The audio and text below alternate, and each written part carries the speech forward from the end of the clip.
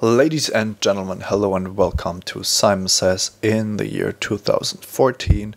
We are back with Theros Limited and opening discussions as you know them. I know that a lot of people like to listen to what I have to say, which is great because I like to talk about everything related to Magic strategy, especially when concerning Limited.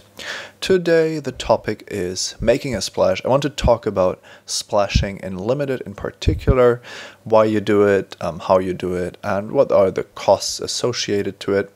And it is one thing to look at a blank screen and hear my voice. The other thing is to look at Magic Online while I highlight some of the interesting things, some of the interesting concepts, just to get the juices flowing, if you want. So let's do just that. I've prepared a couple of sample decks just to talk about how splashing works. Of course, this is more of a theoretical exercise, but something that's going to help you when drafting. And I'm not saying when deck building, but when drafting. I've said this before, I'm going to say it again. If you finish drafting your 45 cards and then you start thinking about your mana base, you're doing it wrong. You have to start thinking about the mana base from pick 1, pick 2, pick 3 on, because you basically build your deck during the drafting portion. And if you end up looking at a pile of cards where the mana base just doesn't work out, then you've made mistakes during drafting. You should have been more conservative, or maybe you were too conservative during drafting. All right, let's start with this first deck here, and just pretend that this is a heavy black deck, not only for Rico's Cures, but just heavy black cards, a nice curve, whatnot. You've drafted 2 Corrupt and a single Fireball, so this is basically the oldest splash in the world. We are building a mono-color deck and we have a single card to splash. Now, how many mountains do you want in this deck? Of course, the other lands are going to be swamps, and we are just pretending it's 17 lands, well, although that doesn't really matter too much. Now, the first thing about splashing is the following. If there's a Fireball in our deck and a number of mountains, then if you put a single mountain in our deck, we either draw the Fireball first or we draw the mountain first. Now, both of them could be in our starting hand, but for the sake of just making this as simple as possible, let's just pretend they're both in our deck when we start the game, and we are just going to draw one of them first and then the other. So in 50% of the time, we're going to draw a dead card, and then we have to wait for a single mountain left in our deck. In the other 50% of the time, we're going to draw the mountain first, and we are ready to cast a large Fireball if we happen to draw it, when we happen to draw it. Now, what changes if we put another mountain into our deck? Well, this is just simple combinatorics. There is 3 different ways to arrange these cards in our library. It's mountain, mountain, Fireball, no problem. Mountain, Fireball, mountain, no problem. And Fireball, mountain, mountain. Now, in this case, there is a 33% chance that we draw the Fireball first, and it's going to be a dead card until we draw one of the 2 mountains left in our deck. We've reduced the chance to draw a dead card from 50% to 33%, and of course there's also more mountains to draw to should we draw the dead card. Okay, what happens if we add another mountain? Now, at this point, one could argue that we are making these corrupts and maybe some of our black cards weaker. Although if we're building a single color deck with 17 mana sources in total, then having 3 or 4 mountains, which is still less than a quarter of all lands, shouldn't be that big of a deal, but at this point it starts becoming a significant cost.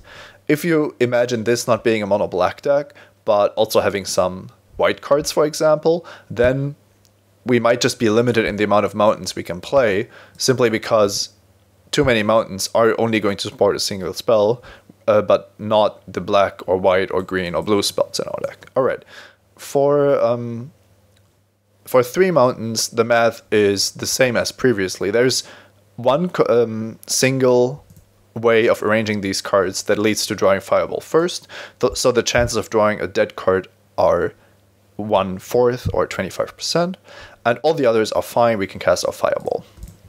Now we see diminishing returns on the number of mountains that we put in our deck. Because the chance it's a very broad approximation, but approximately the chance of drawing one of these dead cards is 1 divided by the total number of cards, or put it differently, the number of lands plus the 1 card that we are trying to splash. So if we play 3 lands, then we have 1/4 of the probability of drawing the fireball first is 1/4. If we play 4 lands, then the probability of drawing the fireball first is 1/5, which is 20%. So we are only reducing the worst case probability from 25% to 20%, so only a 5-point decrease, but we make the rest of our deck work less effectively because we would want to have more swamps in our deck. So as you can see, there is a huge gain when we go from 1 mountain to 2, which is obvious. You wouldn't want to splash a fireball with a single mountain. We have a serious but not overly significant gain from 2 to 3, and then from 3 to 4, it's really just not that much. So in this case, if we are really single colored, we might just say, all right, let's play 4 mountains just to be on the safe side. It doesn't make sense to add more because the gain is very minimal and the cost is making the rest of our deck worse. But if this would be a 2-color deck with a splashed fireball, then you would play at most 3 mountains, because then the chance or the risk of having a dead card is already mitigated quite a bit, but this wouldn't hurt our mana base too badly. Now, if we've drafted a pretty crazy 3-color deck that needs double black cards, double white cards, and still needs the fireball because of power considerations, I would seriously consider only playing 2 mountains, because the chance of having this card sit dead in your hand are still very low. And even then, you kind of only want to cast a card like Fireball later on in the game, which means that waiting for one of the 2 remaining mountains isn't the worst thing in the world. It still means that we can cast all of our other spells, so things are really nicely set up. Let's take a look at the next deck. Alright. The second deck does look very similar to the first one, so this is just an extension of what we've previously seen. I've taken some returned phalanxes here. Phalanxi? I don't know. Sadly, I don't even have enough to fill this deck, but it's one of my favorite cards in Theros, so this is why it's here. Just pretend this is black cards, not as bad of mana requirements as previously, but I mean, this could be anything really. Now we only have 1 corrupt and 2 fireballs. Now the first question is, splashing 2 cards, how many sources do we want? We already know that we want 2 to 3 for a single card, but of course this changes if we want to splash 2 cards. Ignoring the other cards for now, let's just look at how 2 fireballs stack up. If we play 2 fireballs and 2 mountains, then the danger of drawing a fireball first is still 50%, because there is 2 fireballs and 2 mountains, so it's 2 over 4. And then we still have 1/3 of a chance to draw the second fireball, which means that the danger of drawing a dead card in the form of fireball is still very much there. Now, in one half of the times, the fireball is going to be drawn first and gives you a dead card, and then there's still the combinations where you draw the second fireball, which means there is 50% chance of having a dead card and even more chances of drawing another dead card, which is of course not enough. Now the thing is, if we play 3 mountains for these 2 cards, this already changes quite a bit. The danger of drawing a dead card here has been reduced to 2/5, because we can draw 2 fireballs, but we can also draw 3 mountains. So the bad outcome has been reduced to 2/5, which is 40%, and the good outcome has been upgraded to 3/5, which is 60%. All right, and even if we draw the fireball, now there is only 1/4 of a chance to draw the second fireball and have a dead card that way. Alright. What happens if we add another mountain? The math is really simple now, you've all gotten it.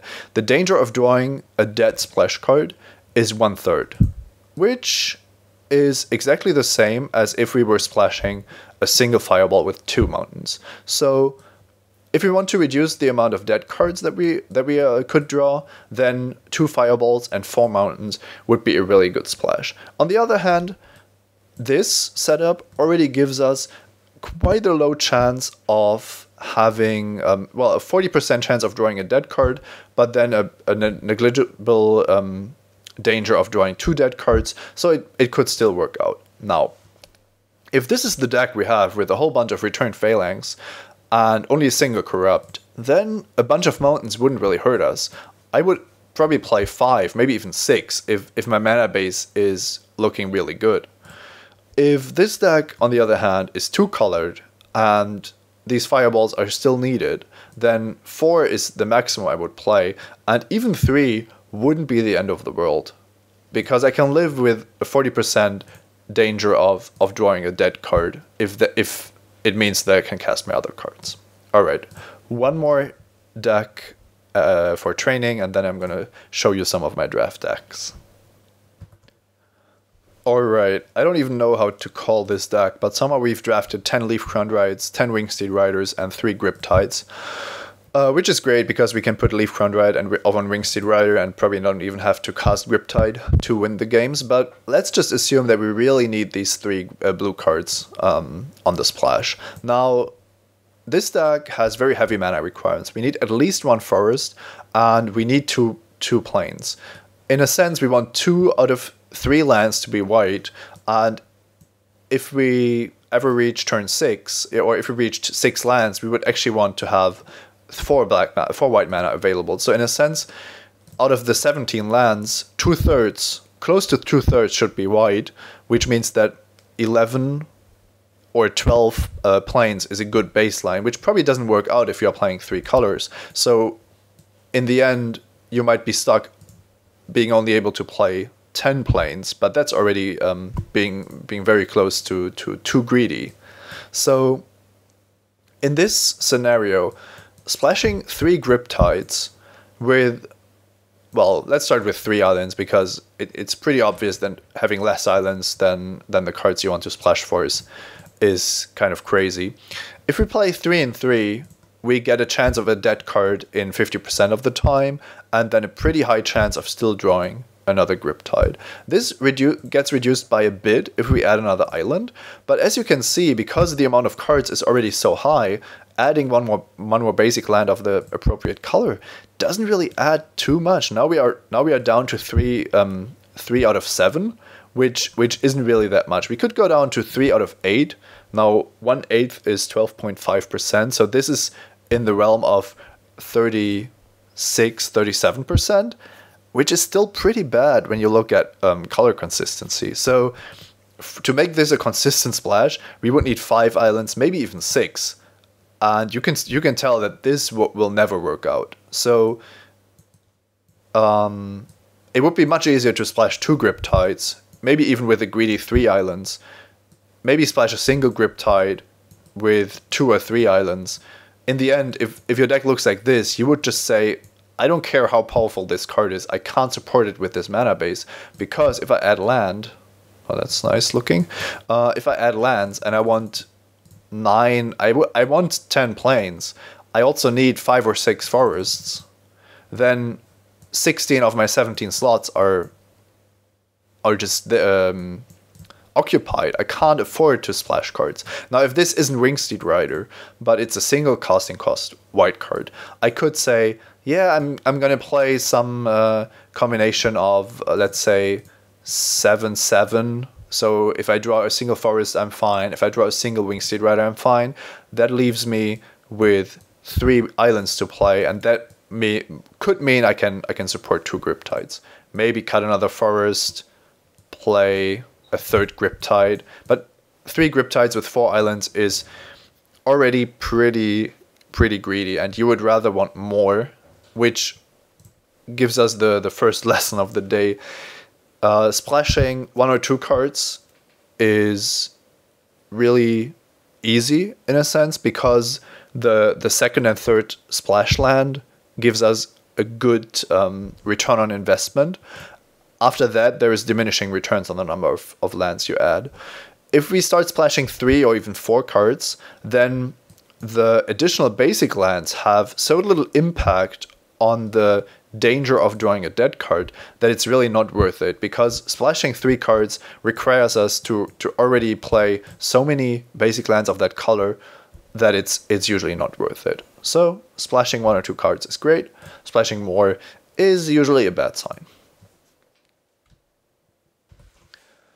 Alright, I want to enter into the realm of real decks now. This is an Urza's Saga Legacy Destiny draft I did during the holidays, and it's, as you can see, it has a corrupt and is splashing red, so it's in the same vein as decks 1 and 2.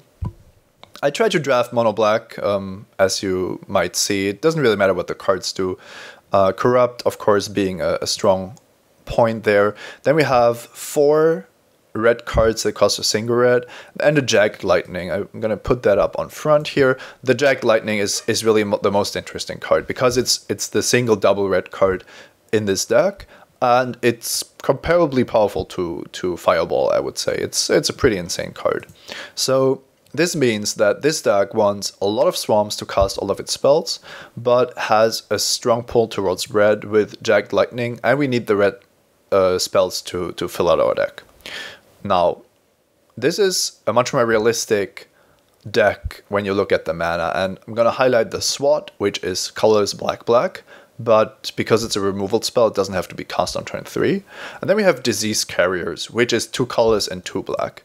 Now, the SWAT would, if the SWAT was a 3-drop, we would want to have close to 2/3 black sources, but it's not, so we can be a bit more lenient. If we want to cast SWAT on turn 4 or 5, it's a lot easier.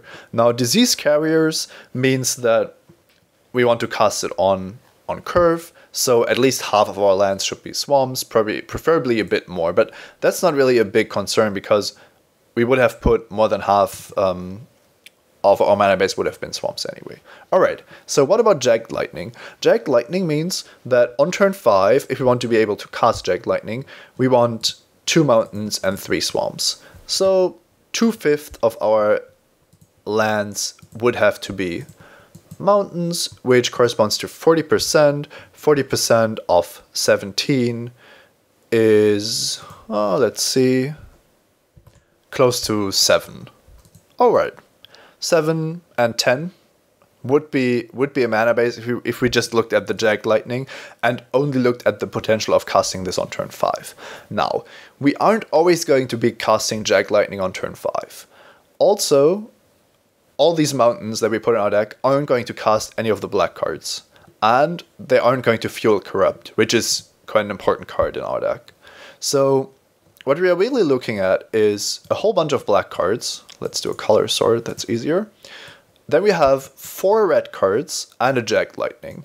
Now, for 4 red cards, 6 mountains are a pretty good baseline, because the danger of drawing a single dead card is well, ignoring the Jagged Lightning form, is 40%, but with 6 mountains, we have a pretty good chance of just drawing into one with our starting hand or throughout the course of the game. And now that we are looking at 10 cards total rather than the 3 or 4 cards we were previously looking at, it's much more important that we start with a full 7 cards in hand. So by the time that we want to cast these, we've seen a quarter of our deck by turn 3 or 4. We've drawn 10 cards out of 40. With 6 of our cards, 6 out of 40 cards being mountains, we will have drawn 6 times 1/4, which is 1.5 mountains on average by turn 3 or 4. Which means that even though there is the danger of drawing a dead card, because we don't start with 0 cards in hand but with 7, there is a very high chance of just having the 1 mountain that we need. And for the Jagged Lightning, if we assume that 6 mountains is sufficient to cast these spells here, a single Jagged Lightning and 6 mountains isn't going to be dead a whole bunch of times. There is basically, or not basically, there are exactly 7 ways to draw Jagged Lightning and 6 Mountains. We could draw Jagged Lightning first, which is a bad case. We could draw Jagged Lightning second, which is still not the best case. And all the other cases, we draw the Jagged Lightning after we've seen 2 Mountains. So even with our very simple calculation, there is a chance of 1/7 to draw it first, and then another 1/7 to draw it second, and a chance of 5 out of 7 we get to cast it immediately when we draw it. And that's an under approximation because of the cards that we start with. So this is only going to be a dead card in 2 out of 7 cases, which is more than fine because we can still afford to wait for it because of its power level. Alright, on to the next deck. Look at that, it's Rise of the Eldrazi. So this is the Artisan of Kozilek double Ulamog's Crusher deck that I drafted, and it is very interesting in a couple of in regards to a couple of things. First of all, it has 5 colorless cards already, so this of course makes it easier to build this mana base. We are playing green with 4 green cards. One of them could be considered a mana source. And 4 green cards are supported by 5 forests, but we have 2 Evolving Wilds. So it's 7 sources for 4 green cards, which, as we've seen, should be more than enough, comparing this to the red cards in the other deck. Now, there is a single blue card, and we know that splashing does have quite the cost. I'm also playing, in my 18-land deck, a single Eldrazi Temple. If you want, that's a splash card for the Eldrazi, and that's definitely in the deck. The question is if the cost of splashing Frostwind Invoker is too high compared to what it adds to the deck. However, with the 2 Evolving Wilds, there is 3 blue sources to cast Frostwind Invoker, which means the chance of drawing a dead Frostwind Invoker is less than 25%. And then we can still find the island later on, with Ancient Stirrings and all the additional things happening here, of course. Now, the good thing about splashing Frostwind Invoker of 2 Evolving Wilds is that these Evolving Wilds aren't going to be dead cards when it comes to casting other spells. So we've already talked about green, but let's look at the black cards. The mana base isn't too difficult here, but there are some double black cards and there is a triple black card. So Hellcarver Demon wants us to have 3 colors and 3 black, which means that about half of our mana sources should provide black should we want to cast this on curve. Now, let's look. If we count the Evolving Wilds as swamps, which we can do because once we are done with having a single forest and a single island in play, then we can start fetching swamps because we know that we have Hellcarver Demon and double black cards in our deck. Not a single double green, not a single double blue card, of course.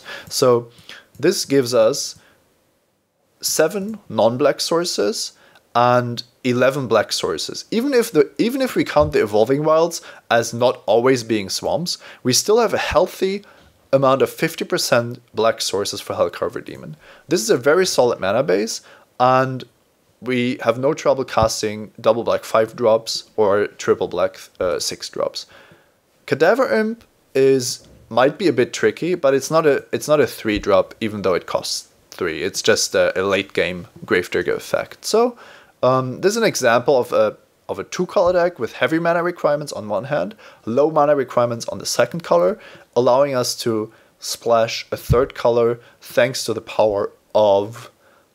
It's not a multi-land, but it acts similarly to dual lands in Constructed when you look at Evolving Wilds for limited. What a nice deck. Alright, for the last deck I'm going to talk about today, this was somewhat of a train wreck, I have to say. Somehow I still made the finals, but I drafted a red-white deck, but had to pick up some black cards to make this work somehow, as I just wasn't getting enough playables otherwise. Now, as you can see, I have 3 Drifting Meadows, which add white, but I can also cycle them for 2. Cycling, for those of you that don't know, means I can pay 2, discard this, and draw a new card. So I can afford to play a lot of white sources, because once I have my single white source, I can start cycling these. The question is, how do you build the mana base for this kind of deck when you realize that you are forced to splash 3 black cards?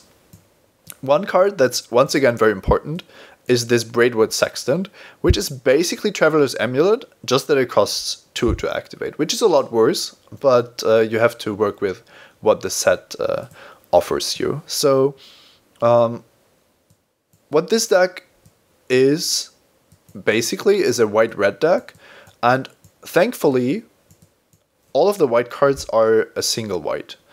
If you want, the Forbidding Watchtower cost is a double white card, because once you have it, you want to activate it with another white source, but that's not negligible. So a lot of white cards, but we are happy with a single white source.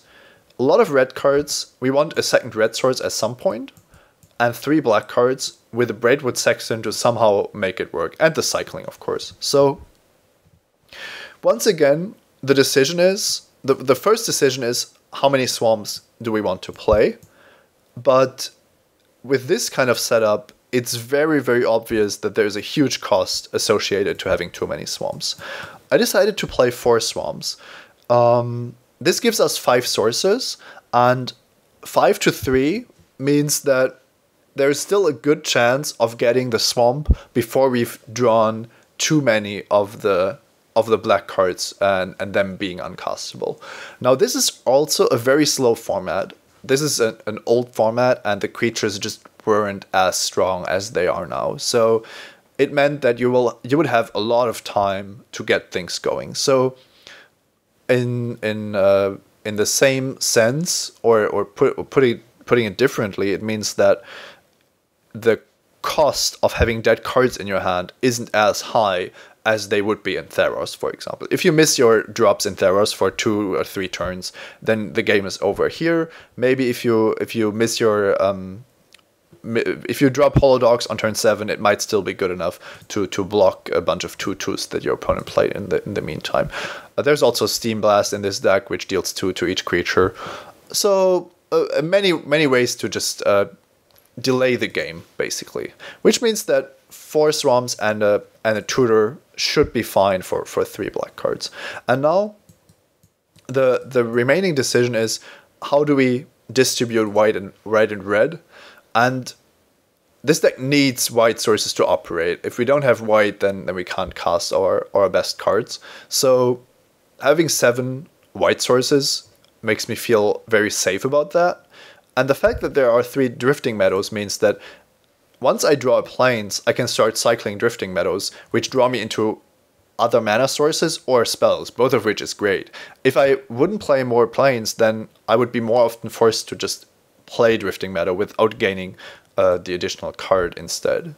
And that leaves us with 6 mountains and a Braidwood Sextant. 7 red sources is definitely enough for these 6 red cards. That's an okay split. Keldon Champion might not always come down on turn 4, but I don't have that luxury. If we look at this distribution, then it becomes clear that only about 1/3 of our mana sources produce red, which is not enough to cast Keldon Champion on turn 4 reliably. On the other hand, casting Goblin Marshal on 6 mana shouldn't be a big deal, because if your mana base has about 1/3 mountains with some cycling cards in addition to that, then casting Goblin Marshal should always work out, or at least in the most cases. All right. I just tried to highlight some of the things that are important when building your mana base. Keep in mind that your mana base is being built while you draft, and sometimes you are forced to be greedy. Sometimes you just want it because of power level, but there's always a cost to splashing. Nothing in life is free, and limited mana bases win and lose games all the time. So just something to think about. Let me know what you think in the comments, and enjoy the draft. Bye bye.